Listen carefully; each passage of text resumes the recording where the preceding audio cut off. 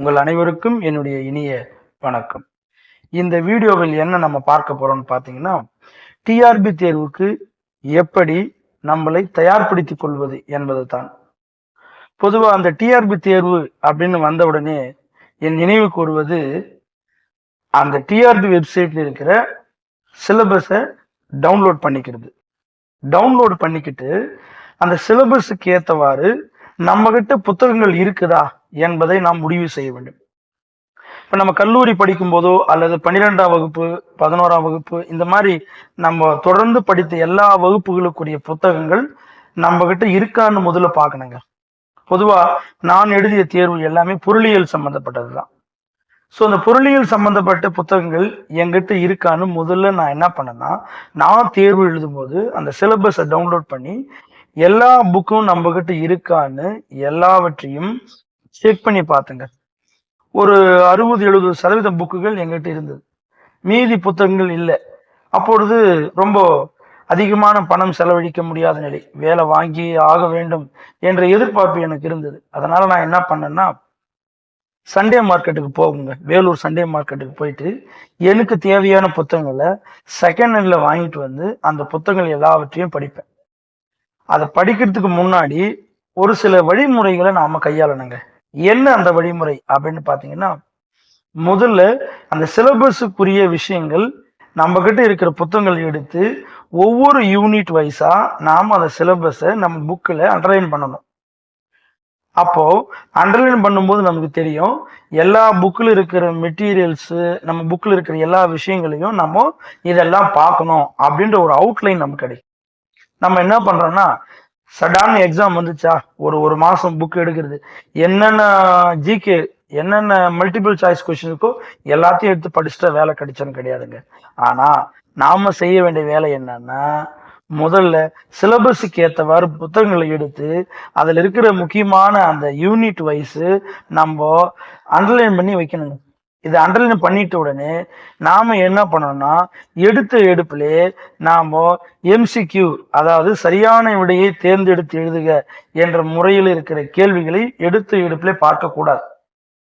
நான் ப்ரிப்பேர் பண்ணும்போது எந்த ஒரு கோச்சிங் சென்டருக்கு நான் போகல, யாருக்கிட்டையும் போய் கேட்கல, நானா ஒரு வழிமுறையை உருவாக்கிட்டேன். என்ன அந்த வழிமுறைனா, நம்ம கிட்ட இருக்கிற புத்தகங்களுக்கு ஏற்றவாறு நம்ம கிட்ட இருக்கிற சிலபஸை பார்த்து அந்த புத்தகங்கள் இருக்கிற எல்லா தியரியும் ஒரு முறை படிச்சுடுங்க.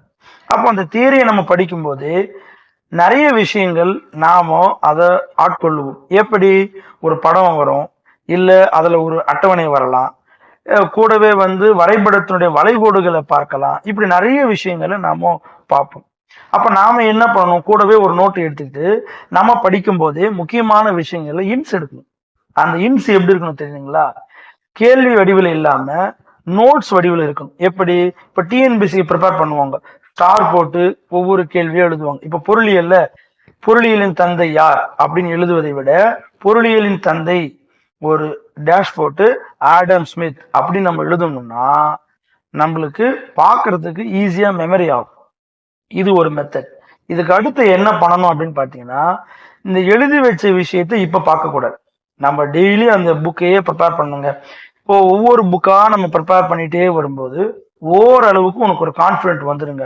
இந்த கான்ஃபிடென்ட்டை வச்சு எக்ஸாம் வர்றதுக்கு முன்னாடி ஒரு மாசம் கால அந்த முன்னாடியே நாம என்ன பண்ணணும், கொஞ்சம் கொஞ்சமா ஈவினிங் டைம்ல அப்படி கேஷுவலா என்ன பண்ணணும், நம்ம கிட்ட இருக்கிற மல்டிபிள் சாய்ஸ் கொஸ்டின், அதாவது எம்சிக்யூ, அதை லைட்டா என்ன பண்ணும், பென்சில நம்ம டிக் பண்ணிட்டே வரணுங்க.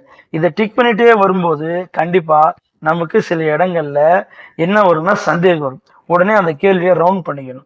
ரவுண்ட் பண்ணிட்டு உடனே போய் பார்க்க கூடாது. நாம என்ன பண்ணணும், ஒரு பேஜ் எடுக்கிறோம்னா அந்த பேஜ்ல இருக்கிற எல்லா கொஸ்டினும் பார்த்துட்டு ஒரு 20 கேள்வி இருக்குங்க ஃபார் எக்ஸாம்பிள், அந்த 20 கேள்வியில ஒரு 3 கேள்வி நமக்கு தெரியல அப்படின்னு வந்தா நீங்க ஓரளவுக்கு படிச்சிருக்கீங்கன்னு அர்த்தம். இல்லைங்க 20 கேள்வி 5 கேள்வி தான் நம்ம பண்ணியிருக்கிறோம் அப்படின்னா, மீதி இருக்கிற 15 கேள்வி நமக்கு தெரியலன்னா மறுபடியும் நம்ம புக்கை தான் படிக்கணும். அப்படி படிக்கும் போது என்னவாகுனா, இன்னொரு முறை படிக்கும் போது இன்னும் டீப்பா நம்ம அதை பார்ப்போம். ஒருவேளை 15 கேள்வி உங்களால பண்ண முடிஞ்சிருச்சு அப்படின்னு இருந்தா டெஃபினட்டா உங்களால ஓரளவுக்கு அவங்க கேட்கிற கேள்விகளுக்கான விடைகளை எளிமையில உங்களால ஆன்சர் பண்ண முடியுங்க.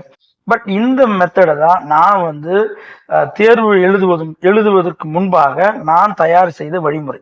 இதன்படி தான் நான் எல்லா தேர்வுகளுக்கும் நான் என்ன பண்ணேன்னா ப்ரிப்பேர் பண்ணேன்.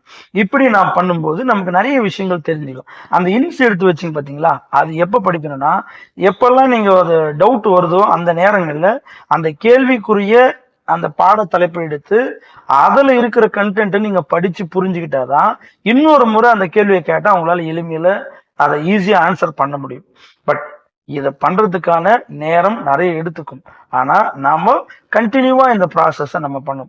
சரிங்க சார், இந்த மாதிரி நம்ம எல்லாத்தையும் ப்ரிப்பேர் பண்ணிட்டோம், இப்போ எக்ஸாம் வர்றதுக்கு ஒன்று 20 நாள் இருக்கு அப்படின்னா நாம அதுக்கு முன்னாடியே எடுத்து எல்லா எம்சிக்யூ கேள்வியையும் நாம என்ன பண்ணணும்னா லைட்டா பென்சில் எடுத்து டிக் பண்ணி பார்க்கணும் நம்மளால என்னென்ன கேள்விகளுக்கான ஆன்சரை நம்ம பண்ண முடியுதுன்னு. சரி, இது வந்து ஜென்ரலா எல்லா சப்ஜெக்ட்டுக்கும் இருக்குதுங்க. ஒருவேளை பொருளியல் சம்பந்தமா என்ன பண்ணணும் அப்படின்னு பாத்தீங்கன்னா, ஃபார்முலா எழுதி வைக்கணும், டயக்ராம்ஸ் என்று சொல்லக்கூடிய அந்த வரைபடங்கள், வரைபடத்தை சார்ந்த கேள்விகள், அந்த வரைபடத்தில் இருக்கிற வளைகோட்டின் பெயர்கள், இப்படி ஒவ்வொரு விஷயமா நம்ம இன்செர்த்து வச்சுக்கிட்டு தேவையான நேரங்கள் எப்பெல்லாம் நம்ம மைண்டு ஃப்ரெஷ்ஷாக இருக்கோ அப்பெல்லாம் இந்த மாதிரியான முக்கியமான கேள்விகளை நாம ப்ரிப்பேர் பண்ணி வைக்கணும். காலையில் எழுந்த உடனே ஒரு 5 மணி அளவில் நீங்கள் விடிய காலை எழுந்து ஒரு 5 மணிக்கு நீங்கள் அதை படிக்க ஆரம்பிச்சிங்கன்னா நல்ல மைண்டில் நிற்கும். அந்த மார்னிங்ல நீங்க படிக்கிற ஒவ்வொரு விஷயமும் கடினமான பகுதிகள் எடுத்து நீங்க மார்னிங்ல தான் படிக்கணுங்க. ஈவினிங் நேரத்துல என்ன பண்ணலாம் அப்படின்னா, சும்மா வரைபடங்கள் போட்டு பார்க்கலாம், அந்த வரைபடத்தினுடைய வளைகோட்டு தன்மைகளை நோட்ஸ் எடுத்து பார்க்கலாம். இப்படி நிறைய விஷயங்கள் நாம செய்யணும். பட் இதெல்லாம் செய்யணும் போது நமக்கு என்ன முக்கியம்னா, அதன் மீது நமக்கு இருக்கிற ஆர்வமும் அதை வாங்கியே ஆக வேண்டும் என்ற ஒரு ப்ரெஷர், இது ரெண்டும் ஒன்னா சேர்ந்திருந்தா கண்டிப்பா நீங்க எந்த தேர்வுல, அதாவது டிஆர்பி தேர்வுல வெற்றி பெற வேண்டும் என்றால் இந்த ரெண்டும் நமக்கு ரொம்ப அவசியம்.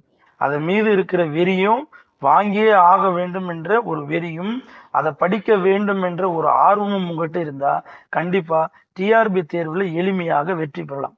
இந்த ஒரு முறை வெறும் டிஆர்பி தேர்வுக்காக மட்டும் இல்லை, அனைத்து விதமான டிஎன்பிசி அல்லது போட்டித் தேர்வுகளுக்கு எல்லாவற்றுக்குமே நாம இந்த முறையை பயன்படுத்தினா டெஃபினட்டா நம்மளால சக்சஸா வர முடியுங்க.